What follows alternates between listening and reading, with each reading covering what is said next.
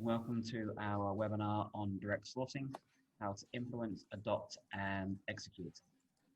I'm really excited about today's discussion. The topic is one that's very dear to my heart, direct sourcing. I've been with AMS for 25 years, and despite my accent, I've been living in the US for the last 10 years. When I first started with AMS in 1997, I joined as a recruiter working in a direct sourcing program in what probably was AMS's first client and probably was the first direct sourcing solution and probably the first RPO that ever existed.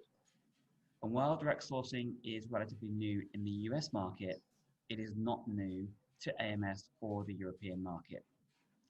One of my objectives when I moved to the US 10 years ago was to establish a direct sourcing business. And I have to say, the market wasn't ready for it then. And arguably, it's still very much in its infancy in the US. That said, over the last 2 years in particular, there's been a change in the US market, and direct sourcing is now established in terms of contingent labor model in the US, and we've seen organizations availing themselves of the benefits.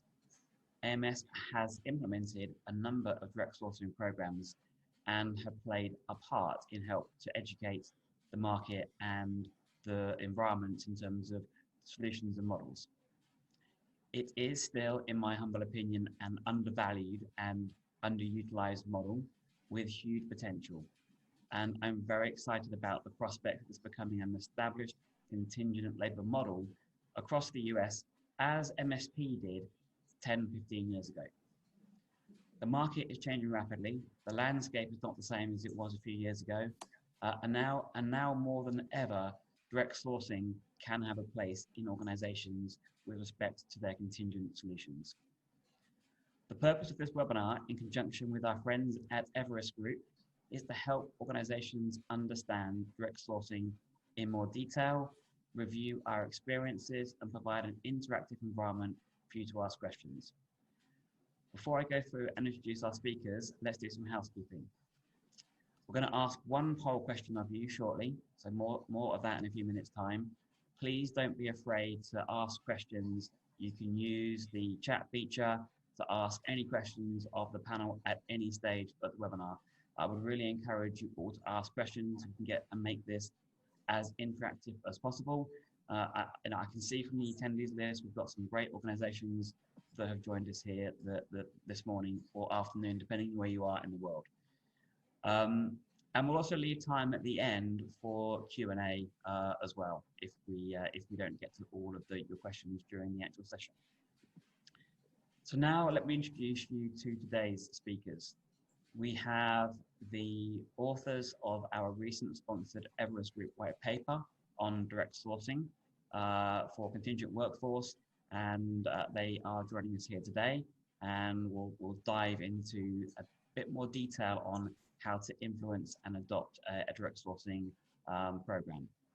First, I'm going to hand over to my colleague, Julie. Do you want to introduce yourself? Sure. Hi, everyone. I'm Julie Schetzel. I am based in Washington, D.C., and my role is really to lead growth for our direct sourcing solutions. So I have the opportunity and privilege to really be out in the market, having conversations every day with organizations and really understanding what it is that they're trying to accomplish and why they're implementing direct sourcing and building out solutions that make sense for them. So just like Mark said, definitely a topic that is near and dear to our hearts. And so I'm certainly excited to be a part of the discussion today. Really looking forward to it. Thank you, Julie. Everest team, introduce yourselves, please. Yeah, thank you, Mark. Hi, everyone. I'm Orko Basak. I'm a partner at Everest Group, and I lead all our advisory and research related to talent services and technology, and been with Everest Group for the last 10 years. And thank you to AMS for inviting me over here. Thank you, Orko. Hi, everyone. This is Anirudh Kulkarni. I commonly go by Ani. I'm a practice director at Everest Group, and I work very closely with Orko and the rest of the team in our talent acquisition research. And in the specific context of direct sourcing, I have been interacting with buyers, service providers, as well as other technology vendors, which form the part of the ecosystem when it comes to direct sourcing. Great, thank you. So before we get into the detail, let me take a few minutes just to quickly introduce AMS to those that are not familiar with AMS or what we do. Next slide, please, Sally. Perfect, thank you. We're an organization that over the last 25 years have created a business of over 10,000 experts around the world, helping organizations navigate the often challenging world of building best workforces. We promise true workforce dexterity, which we provide by supporting organizations navigating complex technology landscapes. We have a deep understanding of the global economy, providing thoughtful, insightful analytics, and probably most important, we leverage the power of our clients' brands in everything we do. And everything we do is done leveraging and building clients' brands. Next slide, please, Sally. We offer 3 distinct services. Perhaps we're probably best known for RPO, but we also support in contingent labor, in direct sourcing, and a very important part of our business is advisory services, where we have over 500 highly skilled consultants around the world that support clients through advisory services, whether that be technology implementations, technology optimizations, target operating models, org design, brand management, and assessment and selection. You can see on this page what we do. In terms of this year, we're going to find work for over 250,000 people across our 180 global clients, and we have a very strong global footprint, delivering services in 50 languages. We've also heavily invested in automation and helping to automate the recruitment lifecycle so that we can really allow our recruiters to focus on recruiting and not administration. Next slide, please, Sally. Finally, on this slide, you can see some stats specifically related to our contingent labor solutions. We have over 28,000 workers currently placed and under management, leveraging our client brands. We have over 500 direct sourcing experts across 26 global clients, many of which are highly complex. So a little bit about AMS for those that you don't know who we are. Next slide, please. So before we get into the detail, we're going to ask a quick 30 seconds, take a quick 30 seconds to ask a survey. So either you can take a picture of the QR code with your mobile, or you can click the link that's just appeared on the chat. Either way, and it'll take you to a quick survey, and I'm just going to ask you one question. Give it 30 seconds for you to do that, and then we'll quickly look at the results that we see. All right. So we asked the question, are you currently implementing a direct sourcing program within the next 6 months, the next year, or not currently sure and looking at options? So interesting mix there. Interesting mix. We can see roughly 6 within the next 6 months, 7 not sure, and 3 within the next year. Either way, what these results show is what we already know, and that is that direct sourcing is something that is gaining interest. That's why you're on the webinar. Thank you for joining, and it's why we wrote the paper in consultation with our colleagues at Everest. Okay, next slide, please. I'm going to hand over to Annie to talk a bit about the market and direct sourcing adoption.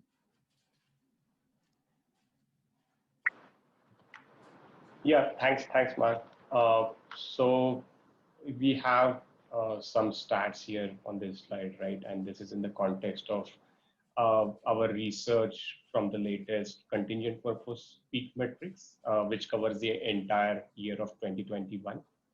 So before I dive into stats, right, we have seen a lot of interest from buyers in direct sourcing over the last 18 months. And it figures in almost every buyer conversations we have. And this is especially true for North America, because that is where the adoption has been historically lower. So what we see on screen here is that around 30 to 40% of active MSP engagement, where a buyer has an MSP in place to manage the contingent workforce, have some component of direct sourcing in place. And if you compare that to a year ago, right? So we are comparing 2020 data versus 2021 data. There is an increase of almost 25 to 30% in terms of the engagements where direct sourcing is being leveraged. So that's a impressive growth rate. Similarly, if we are talking about the number of contingent workers which are currently being sourced and managed through direct sourcing, year on year, there is around 30 to 35% growth in terms of adoption. So net, we see that the adoption is definitely picking up. Orko, any sense on why there is so much interest in direct sourcing? Yeah, I mean, that's a good question, and I think it's not a surprise. Direct sourcing brings in immense benefits. As Mark mentioned right in the beginning, it's still pretty much an underutilized option out there. So if I have to quickly list down the benefits, quicker time to hire comes top of my mind. And that is because direct sourcing provides access to a pool of pre-identified and pre-vetted, ready to engage talent. That improves the time to hire. It can also help improving talent quality because top performers or alumni are coming in and they are being re-engaged. But also importantly, there's quite a bit of cost reduction, especially in terms of elimination of the sort of supplier markups. Beyond these three very clear benefits, depending upon the situation, we also see benefits in terms of reduced supplier management, some niche or quality talent who are really interested in the company, who believe in the company's sort of vision, they wanting to come in and they getting better engaged with the company, or even sort of smoother on onboarding, especially when we have people who already know the organization from beforehand. Depending upon how direct sourcing is leveraged, it can also help in improving an organization's diversity goals. And last but not the least, be a gateway to total talent acquisition. So that's in terms of the benefits and the good things about direct sourcing. But Ani, let me ask you this, right? We have some pretty fantastic growth numbers over here. But if I actually look at, within a particular engagement, how much of contingent workers are being sourced through direct sourcing? Now, what are our numbers saying over there? Yeah, so if we were to just look at the absolute number of contingent workers sourced through direct sourcing in different MSP engagements, right? Then at an aggregate level, they still form a very small part of the overall universe. And I think it would be even less than 10% of the total contingent workers which are currently being managed by MSPs. So in terms of absolute adoption, the numbers are still really small, and there is a long way for the entire industry to go in this direction. So net, interest is growing, but there still seems to be challenges out there, right? So Mark, you have been in this space for so long. Any thoughts on why this underutilization? Yeah, it's a great question, Arko. And it's a question I've been asking myself a lot over the years. I think it comes down to a few key elements. I think one is market awareness and education. Not only are the benefits that you've just outlined, but also what is direct sourcing. Just like there's different flavors of RPO, I would argue there's different flavors of direct sourcing. And what one organization calls direct sourcing, others call something different. So I think that unfortunately there's no one single unified definition of what direct sourcing is, which doesn't help. I think the second reason is the US market is very well established and largely it's been working over the last decade. So why change? MSPs are well established, staffing agencies are well established, supplying candidates into MSP programs or in-house programs, and technology pushes candidates through the process just fine. So why change? Some of this we're going to explore, but I think what has changed is the market and how talent is now looking to find and engage in terms of work. And I do think that has changed, and I do think that's going to help drive adoption. I'd argue, therefore, sort of historically, there hasn't been so much a burning platform, which I'm now beginning to see. So if you add that to the sort of market awareness, the education, and a very established market, I think we're starting to see some things change. And I think arguably you can argue that's really why adoption has been so low to date.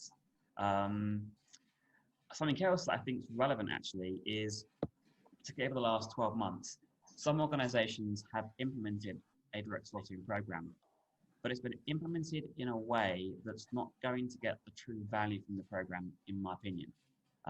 You have to implement a direct sourcing program based on a long-term view and structurally set it up for success. And I think some programs have been implemented in a way which we're going to explore in a bit more detail later, but perhaps is leading to lower adoption levels.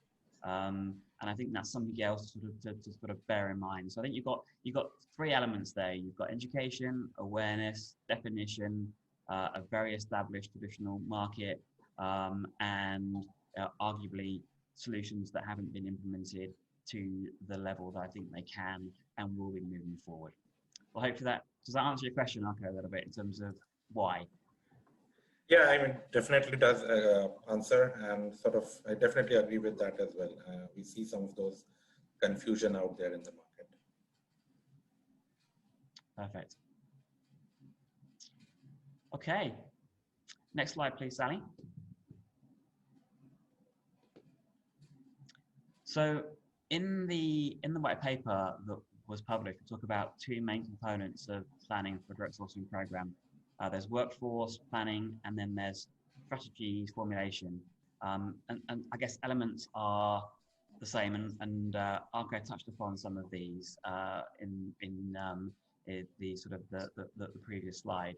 But I guess for me, this slide really outlines the importance of understanding what is an organization trying to achieve. You need a clear mandate or vision for the program. And on the screen here, you can see just some of the reasons that organizations choose to launch a direct sourcing program. We've seen examples to some extent of all of the reasons, including my favorite, FOMO, the fear of missing out, because it's the right thing to do and everyone's doing it. But that isn't a reason to launch a program in terms of fear of missing out. Just to bring this to life in terms of 3 or 4 clients that we have live across the US. We have a Fortune 100 pharma and life science organization that wanted to establish a program to improve quality and link to their brand. Yes, there were other drivers too, but there was a feeling within this organization that their brand is of such value and strength that contractors were not engaged enough in the value of working for the organization, and it wasn't being recognized by the traditional staffing routes in terms of supply chain. And they really wanted to create an environment of highly curated talent pool of workers who had a strong affinity to the brand, the mission, and the values of the organization, which in turn then would improve quality and speed of hire over time. And we saw this play out particularly over the last couple of years with the pandemic, where there was a sudden need for specialist resources, and the strategy of sort of leveraging their brand really helped attract some talent in a very competitive pharmaceutical and medical environment. And through surveys and unsolicited feedback on the process, we did receive some really great results on what it was felt like from a candidate perspective to be engaged via the channel. So that was an example of a sort of an organization that really wanted to drive home brand and their organization's missions and values, and felt that it wasn't being addressed in the contingent labor traditional channels.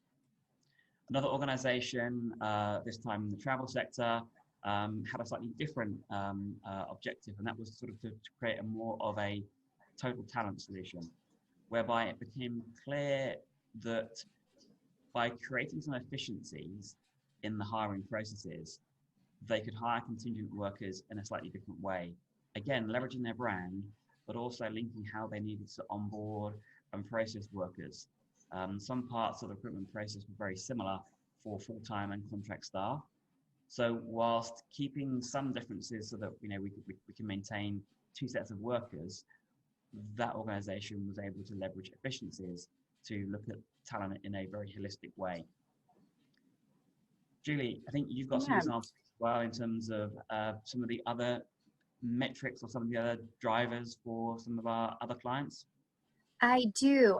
Yeah. So I think to echo what Mark is saying, I think that for most companies, they're going to say, yes, we want to do all of these things, but certainly there's kind of 3 or 4 that really come to the top and are the main drivers for why they want to implement a direct sourcing solution.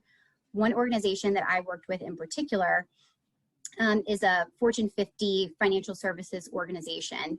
And they really had kind of 4 key goals for what they wanted to accomplish through direct sourcing. I think one was really focused on it's the quality of talent and really being able to attract talent in a very competitive market. I think all of us are feeling that today. And what they wanted to do was create a competitive advantage by using their brand and really being able to connect directly and build relationships with talent.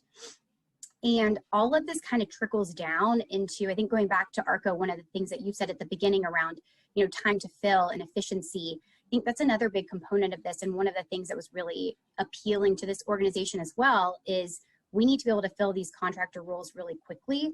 So direct sourcing makes a lot of sense because we can get ahead of that need. We're understanding what we anticipate the need might be in the future, and we're building for that now. And starting to really get people kind of ready and excited about coming to work with our organization through that fully branded experience that we've taken them through, and providing that really elevated candidate experience, so that also when the time comes for their assignment to end and they're looking for the next one, they're going to choose this organization because it's been top of mind and they've had a great experience really interacting with that company directly. Another key component of this as well is just reducing the reliance on staffing firms. What this will do is it allows for the organization to have their own talent pool and their talent strategy that they now own. So they're taking that on as their own resource, as something that they're building and they have ownership over, and it's their IP. And the other piece of this that I'll mention is in reducing that reliance on staffing firms, that's also where we drive the cost savings. So for many organizations, I would say cost savings is important, but it's not necessarily the #1 driver. And in this case, it certainly was a key component, and we wanted to make sure that we really built the program with that in mind. So those were the foundational pillars in which we built out this program, where we initially focused on operational roles, technology roles, areas that had a high hourly rate where we knew we could also make an impact really quickly from a cost perspective, which was important to the internal business case. And that's one of the things that I would flag for this as you're thinking about going through this process and putting your business case together, being able to have those tangible numbers that you can bring back to your leadership is really important. Another piece that I'd call out is also thinking about embedding a brand and media analyst. So someone who is 100% focused on developing branded content, advising on what are the most efficient channels for you to actually go out and reach and engage these candidates, and then creating that contractor value proposition. So most organizations will have an employer value proposition, but they don't necessarily have that for their contractors. And so making sure that you've got a really strong contractor value proposition that's permeating across all different channels and is really consistent is a key differentiator. So in all of this coming together, we've also combined this with insight-led sourcing approaches, as well as really tapping into their existing data in order to build out their talent pool really quickly. So again, as you're thinking about that speed to impact and how to set this up for success, another couple of key things that I would call out here, and can certainly spend hours and hours talking all about the details, but I'll stop it there, but certainly happy to go into more detail with anyone later on. Thanks, Julie. Yeah, it's definitely interesting because when you think about what's most important, I thought cost would always be #1. And don't get me wrong, it's very, very important, but it isn't always the #1 driver. And it's really around engaging the talent and making sure that you've got the right talent. And maybe we'll see that change as the economic cycle changes as well. But right now, cost is important, but it isn't always the main driver. Mm-hmm. Next slide, please. So I guess this kind of slide talks about some of the questions you should ask yourselves. I'm not going to go through all of them, but some of the more thought-provoking questions really in terms of when you think about setting up a direct sourcing program. One, is talent acquisition supportive of the solution, and are they engaged?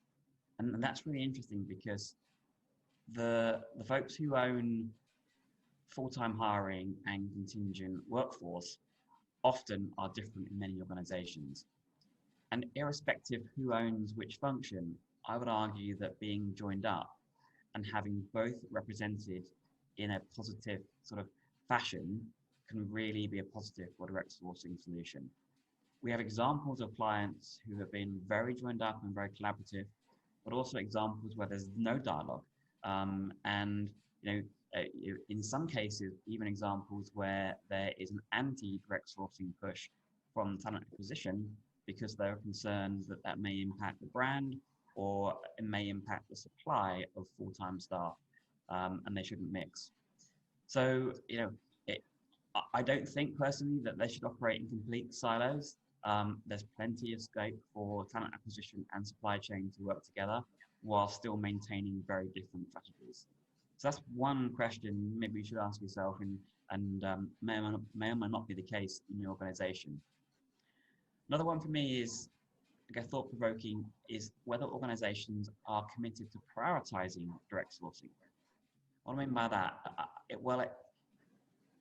How do you support providing your direct sourcing partner with a period of, is it a period of exclusivity before a traditional supply chain? It could mean helping educate managers on the benefit of the program, asking them to change their behavior and support change management. Maybe they're not going to receive 10 resumes for their role, but they are going to receive 3 highly qualified candidates who want to work for your business. So therefore, change management is one of the biggest questions and indeed challenges to a successful direct sourcing program, in my opinion. We have examples of organizations that want to use their brand and linked career sites, and although this seems like it's an obstacle to many, in reality, it's one of the easier elements to influence. And it's actually far easier than I would argue the change management aspects of the program, because many individuals within an organization's market department who are charged with protecting the brand actually see the benefit of a direct sourcing solution, and they see the benefit and positive impact on the brand and perception in the market. So again, it's just some interesting factors in terms of is making sure that you've got the right people engaged, but when you have them engaged, we tend to find that they are really supportive. Also, linking back to the previous slide, which talks about sort of what's important in terms of the program, how do you measure success is another key question, and one that needs to be kept consistent through your review, your vendor selection, your business case, and then program setup.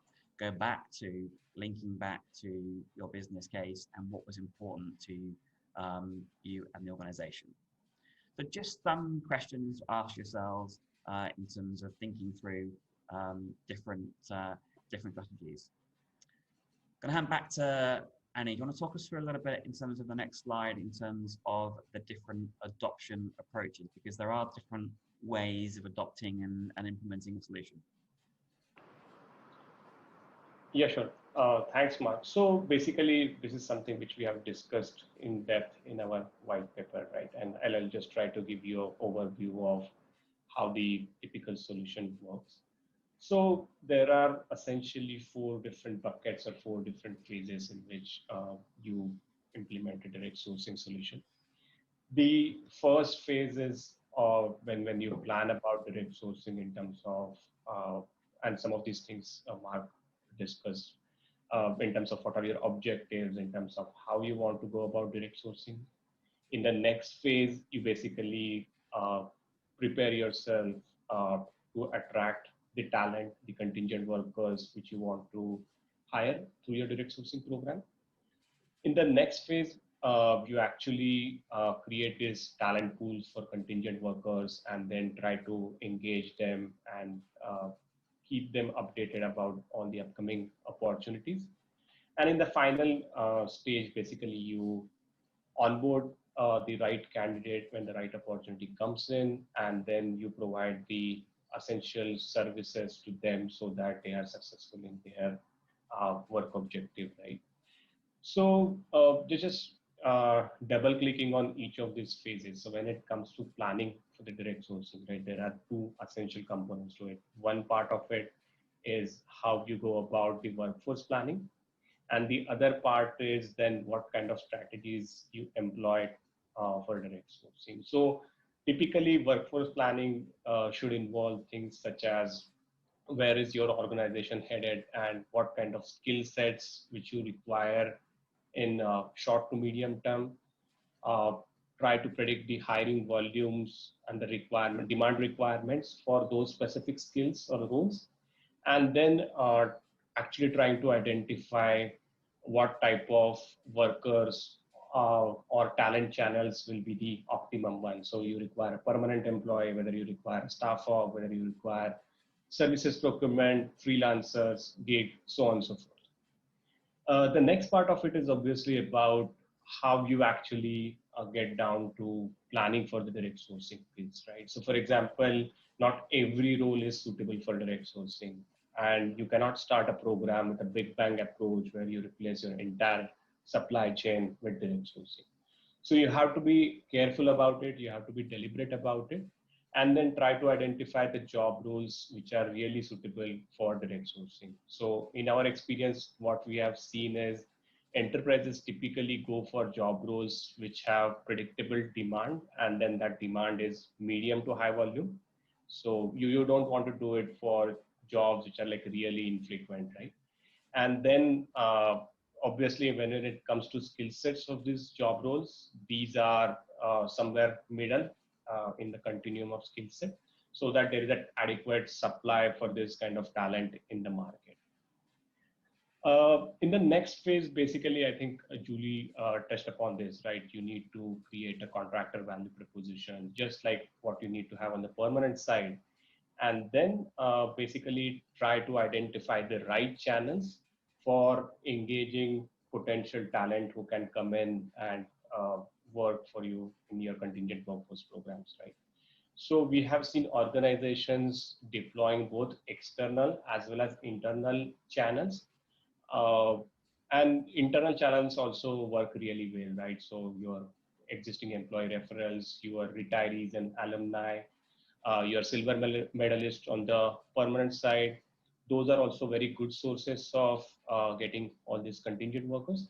And among the external channels, obviously there will be job boards, diversity focused job boards, some of the job portals, so on and so forth, right? So you don't want to engage all the channels at the start.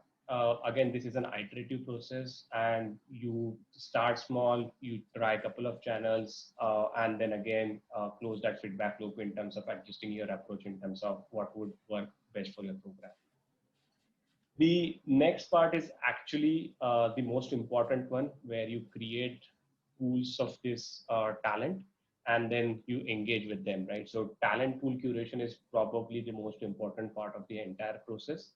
And this is very important because this steps actually allows you to create a screened, qualified, and ready to engage candidates, right? So basically you classify your talent or the candidates in your talent pool. And it could be done in a number of ways. It can be done through their relevant skills. It could be done through their expectations in terms of pay rates, so on and so forth. Or it could also be done basis on their historical performance, if those are the candidates which you are trying to re-engage. And then once you have done this segmenting of talent into different types of talent, right? Then you can actually engage them through different channels. So it could be channels such as text, emails, chatbots, and it could also include some of the more traditional ones like newsletters and some of the social media promotions which you would otherwise engage as. And the last part is around talent selection and talent management. So basically, you have identified and engaged great talent in your talent pool. Whenever a right opportunity comes in, you get this and onboard them as contingent workers in your program. And then you provide them a good end-to-end talent management experience through your system of records. So it could be an ATS, it could be a VMS on the contingent side. And then throughout their life cycle from onboarding to offboarding, you continue to manage them in a consistent way. At the same time, there are things like which you need to consider whether you are going to do the payrolling yourself or you're going to engage a third party to do that. And at the end of it, you have to ensure that the candidate experience is very important when it comes to direct sourcing, because ultimately you are using your company brand to attract these candidates. So I'll take a pause, and Arko, this is a question for you, right? So what are the things which enterprises need to consider when going ahead with a direct sourcing implementation? Okay, if we move to the next page, and in many ways, Ani, you have already answered some of those questions, and Mark, when you were explaining the key questions to consider, I think you've touched upon them. So next page, please. Yeah, so I won't spend too much of time on this, but pre-implementation, as Ani mentioned, the identification of the rules suitable for direct sourcing is pretty important. And then, as we saw from the examples Mark and Julie gave, the business case creation, right? What exactly is it that your organization wants from direct sourcing becomes important, as well as the ecosystem of partners and technologies that you need for your direct sourcing program. Integration with various existing channels and other sourcing channels is also quite important, as well as the change management aspect, as Julie highlighted upon, right? The rules are changing, the processes are changing. So the change management becomes important. And as all of us have already heard here, choosing the right metrics, measuring the performance of the program on an ongoing basis, and using that feedback loop becomes important. Last but not the least, a contingency plan always helps, because this is a break from the normal and there might be some hiccups in the beginning. So that is where a contingency plan becomes important. So, if we move to the next slide, right? This is direct sourcing maybe sounding more complicated than it is, but still the truth is it's not something that every organization can do on its own. And that is where external help becomes very important. And we discussed, right? That's one of the key parts of the strategy, right? What sort of partners do you need and what sort of external help can they provide? So this external help can come in multiple shapes and forms. So the external provider can help, like AMS, can help in supporting individual parts of the value chain. For example, the most important part, which is the sourcing and talent pool curation.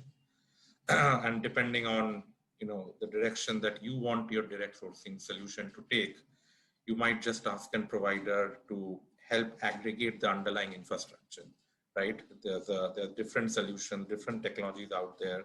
An external provider can help integrate all of this, but you still continue to run your own direct sourcing program.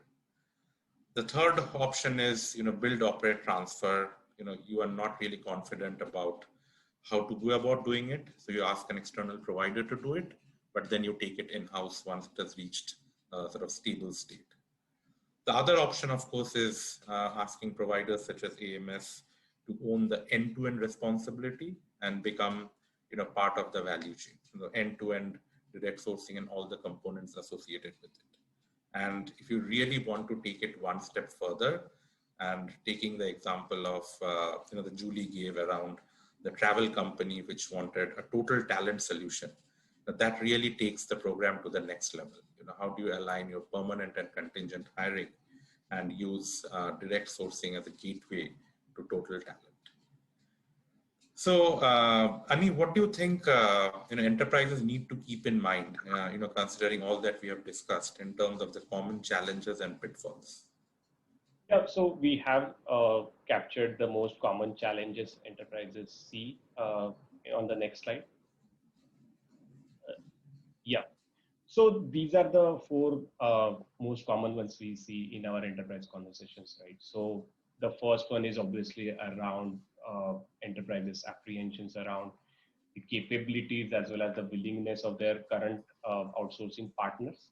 And a lot of times this comes in from the fact that some of the MSPs who have a staffing background may not feel comfortable in running a direct sourcing program.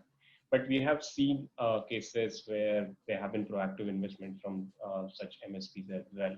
So the best way to proceed in this case is to have a honest and open conversation with your existing service providers. Try to understand their approach to direct sourcing, try to get a sense of their capabilities. And then as we discussed in the previous section, right, you don't need to go full throttle with single service provider. You can potentially mix and match and have multiple service providers address or help you in different parts of the direct sourcing. The second most challenge which we see is lack of readiness, especially on the digital front with buyer organizations. And this comes in also from the fact that a lot of these contingent workforce management programs have historically been using very limited technology or very legacy technology. So from that perspective, it's a challenge if you are still going ahead and implementing a direct sourcing program. So if that's still the way ahead for you, that you still want to proceed with implementing a direct sourcing program, then you'll need to take a step back and see what are some of the best practices in terms of digital tools and data analytics, which some of the peer organizations are doing, and then making those right set of investments, right? So it could be in core platforms like VMS, it could be around other talent pool curation and technology platforms. And then basically once you have the necessary willingness as well as the appetite to invest in them, then you can potentially go ahead with direct sourcing. The next set of challenge which we foresee more often is the lack of commitment and lack of investment from buyers for the long term. So as Mark pointed out earlier, right, direct sourcing is a long-term initiative and it's a paradigm change from what you have been historically doing. So from that perspective, even if you implement a direct sourcing program, it's not going to yield the necessary results or benefits in the year one itself. So it's important that you have a long-term plan for this, and all of your business case and the other supporting documents actually take this into consideration when you are signing up for a direct sourcing. And you also have to remember that service providers usually make a large upfront investment, so they would also want to see you as long-term partners who are actually committed to going direct sourcing and then trying to execute on that in the long term. The last but not the least challenge which we see is the lack of continuous improvement initiatives, and it starts right from the planning stage, right? So what are some of your success criteria or the KPIs which you are going to monitor? So may it be in terms of fill rate, may it be in terms of cost savings, or may it be in terms of time to hire, right? So one important part is to have these success metrics in place and continuously monitor them. And at the same time, it's also important to continuously trying to find out ways in which you can improve the existing program, because it's an iterative process. You cannot get it right in the first go itself. So yeah, I think these are the most common challenges which we find, and I think these are some of the workarounds for these challenges. But I'll hand it over to Mark and Julie to share some of their real life experience, right?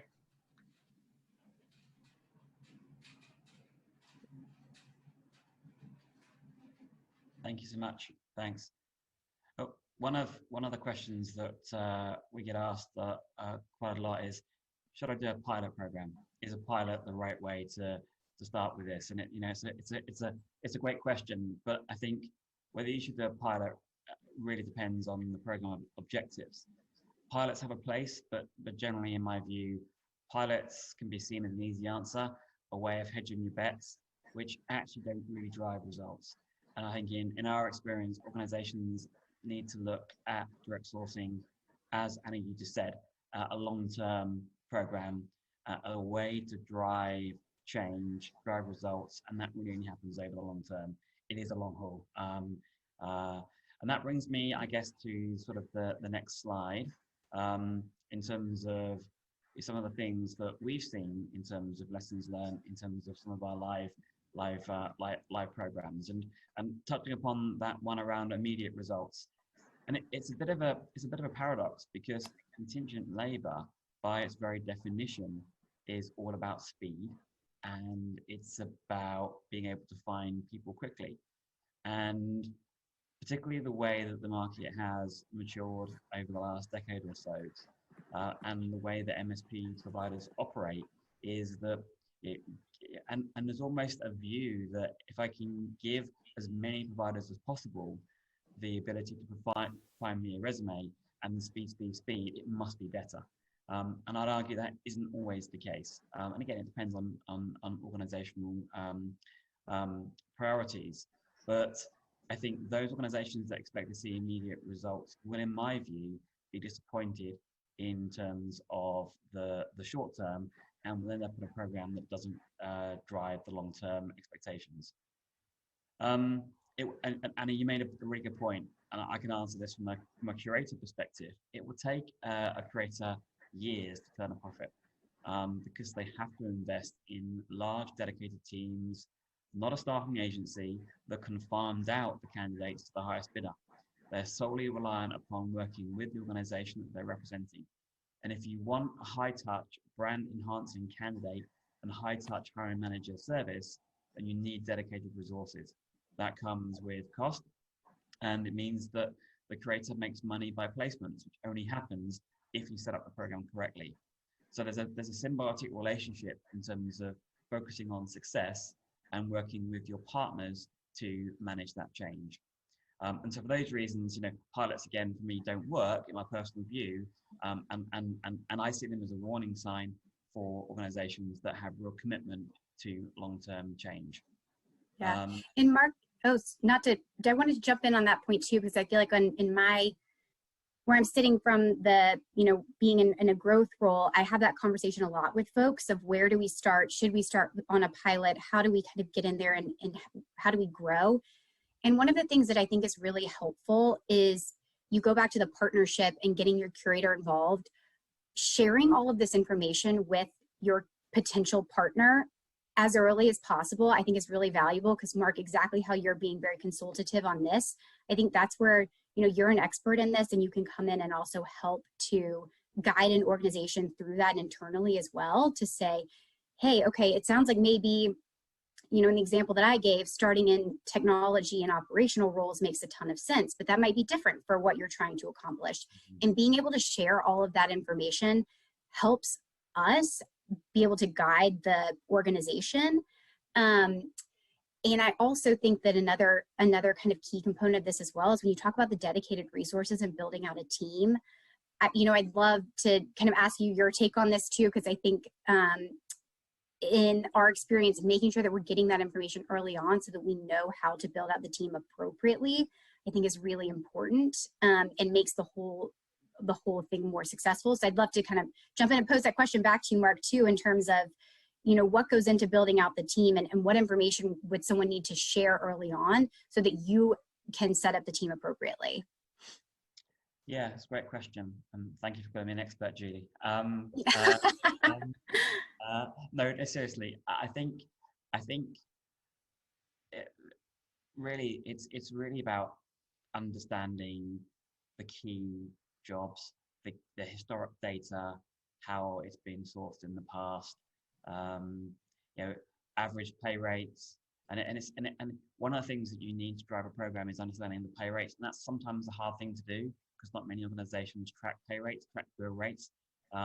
So it comes back down to sort of working with your chosen partner to really understand and help them with the business case, help them understand, is that a business area that we're going to see results in?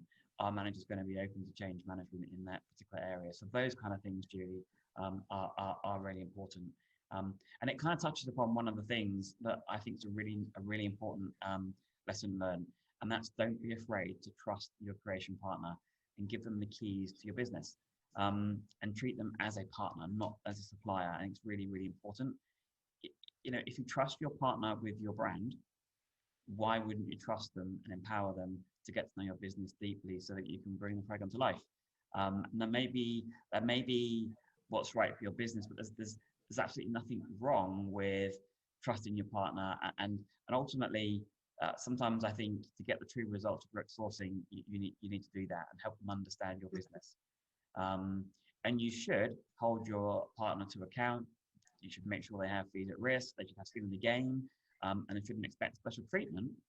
But at the same time, that partnership does allow success, and you've got some great examples of where that really helps. I completely agree with Annie, what you said in terms of don't ignore the importance of curation or sourcing. You know, for me, you know, without a strong sourcing engine that's dedicated and motivated, you're not going to achieve the results. You're simply not, and you're going to turn your solution into a pseudo MSP type model, which isn't going to achieve the results. For me, I think it's the most important part of the process. Yes, you can automate the technology, and there's great technologies out there that help recruiters and sourcers screen candidates. But at the end of the day, you still need good recruiters and sourcers who can bring the organization to life, who can create excitement, especially in the current market, and make that role stand out. It's, you know, I find it fascinating when I talk to clients that are doing some amazing things in tech, and organizations that aren't known for tech, particularly in the financial services industry, or where they're perhaps not necessarily known as tech players, but the tech that they're doing is cutting edge and state of the art. So again, you need your sources to understand the business to be able to explain that and bring it to life. One last point, I want to get to some questions. Don't take for granted your technology will work as promised. I think it's another lesson that we have seen. Technology is a vitally important part of direct sourcing, and great tools out there. But sometimes when technology is sold through the sales cycle versus what you then see at the end of it isn't always the same. And it could be the way the organization is structured, VMSs. It could be the way the organization wants to separate data or report, or frankly, the wrong technology was chosen in the first place, or lack of focus.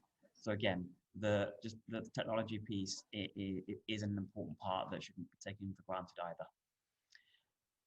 So conscious of time, we've got 5 minutes left. Wanted to leave a few minutes, if possible, for if anyone's got any questions, please feel free to put them in the chat,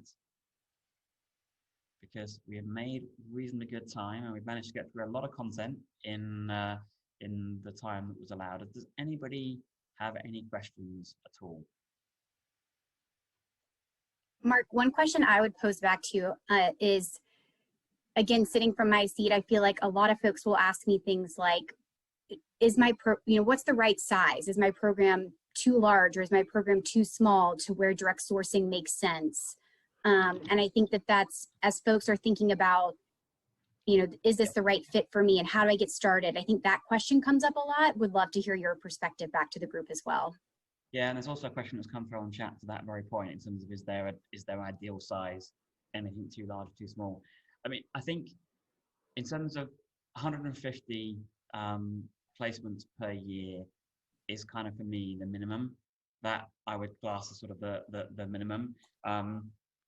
As for too large, I think the only challenge around it being too large is making sure that you have the right infrastructure to support, and that you are going to be successful and you don't take on too much. As you can run before you can walk. Kind of comes back to the point in terms of there's actually something to be said to be working with defined business units, making sure that really works, and then look to expand from there. So there's no real upper limit. I do think there is a lower limit as well. There's a question that's come in terms of who should own direct sourcing. This individual is in procurement and trying to understand the partnership with HR. Again, great question, and something we see an awful lot of. I would argue that, I mean, there is no right answer to it, but traditionally contingent labour sits within procurement, and despite all the things we're talking about in terms of brand and attracting, it still is a significant spend for organizations. So procurement need to be involved in it, need to drive some of those savings. I just think it's important that HR and TA are supportive of the journey that procurement are going through.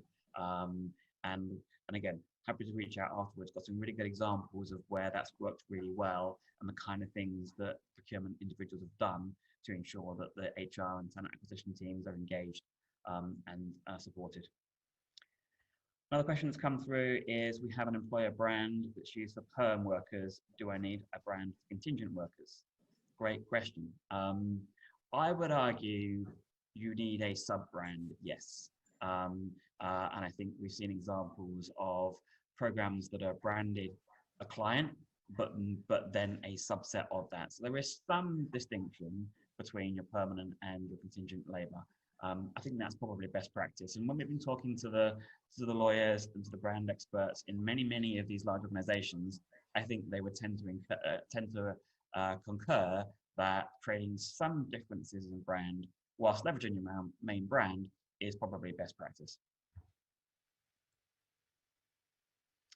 Okay, I'm conscious of time.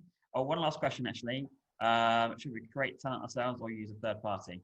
It really depends on your business. It depends on your business. What, you know, do you have the ability to do it yourselves? Can you afford to invest in it yourselves, or do you do what Arco said? Do you look to build and then transfer back?